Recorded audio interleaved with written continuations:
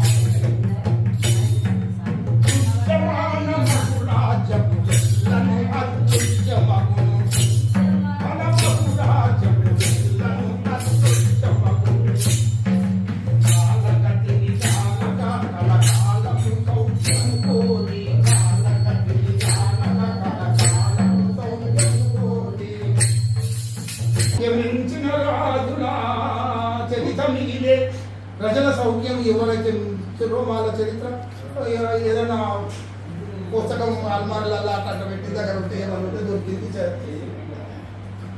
Start చేయండి ఇక మీరు మీ పద్యం పాట ఆయుంతంగా.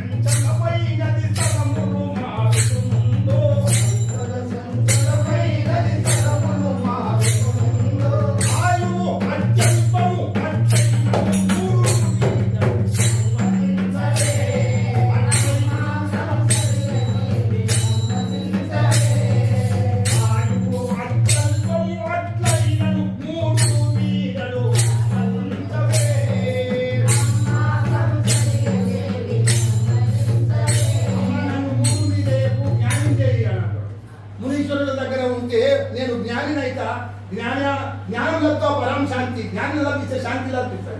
అశాంత హృదస్తుకం ధనము ధనమటంచు ధనమెంత కూర్చిన సౌఖ్యమొందలేదు శాంతి కణాలు. మనసు చేత సుఖము మనసు చే దుఃఖము మనసు నిలుపై దైవమగును యోగి. అమ్మా నన్ను మునీశ్వరుల చెంతకు పోనివు. అమ్మా నన్ను నన్ను అజ్ఞానం చేయకు. దృశ్యం తన్నశం ఈ రాజ్యం కూడా ఈ ఊరు ఉంటుంది. నాకన్నా ఎక్కువ బలాఢ్యం ఉంటే అది వెళ్ళిపోతుందమ్మా. నీవు కూడా ఉండవు. ఎక్కడికో పుల్లలు కొట్టుకొని వస్తాయి. పుల్లలు ఒక దగ్గర ఎట్లా అవి ఎప్పుడు ఎక్కడెక్కడ ఏ క్షణంలో ఎక్కడ వెళ్ళిపోతామో తెలియదు. అట్లనే పుల్లల మాదిరిగా నీవు నేను అమ్మకి క్షణంలో వెళ్ళిపోతామో తెలియదు. ధనవంతుడ బలవంతుడ ధననీయుడ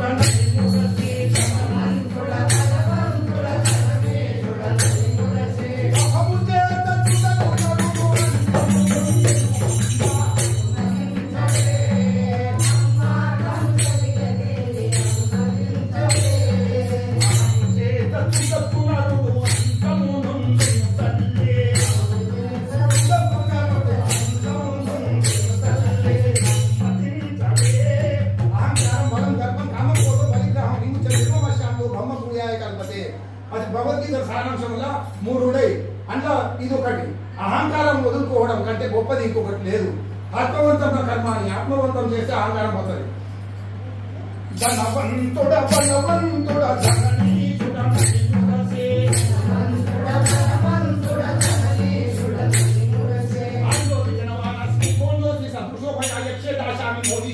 అజ్ఞాన విమోహిత అజ్ఞానంలో పడి మోహంలో పడి నేను ధనవంతుడిని నేను పెద్ద కులవంతుడిని అది అని అనుకోవడం అది చెప్పుకోవడం అంటే అదంతా ఉంటుంది. ఈ బాహ్య స్పర్శ బాహ్య స్పర్శ ధనవంతుడ ధనవంతుడ ధననీయుడ మహిముడసే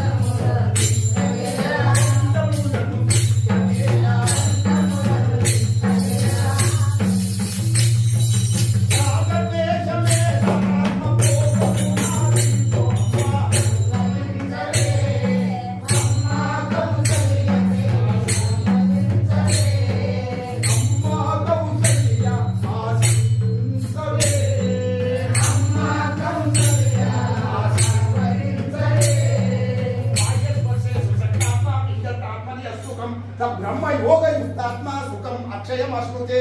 అక్షయమైనటువంటి సుఖం ఎక్కడ ఉన్నదంటే ధనం సంపాదిత సామ్రాజ్యం ఉన్నను సతము వెతలు.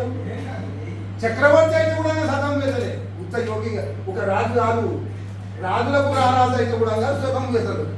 సామ్రాజ్యం ఉన్నను సతము వెతలు. స్వామి మీ నాయన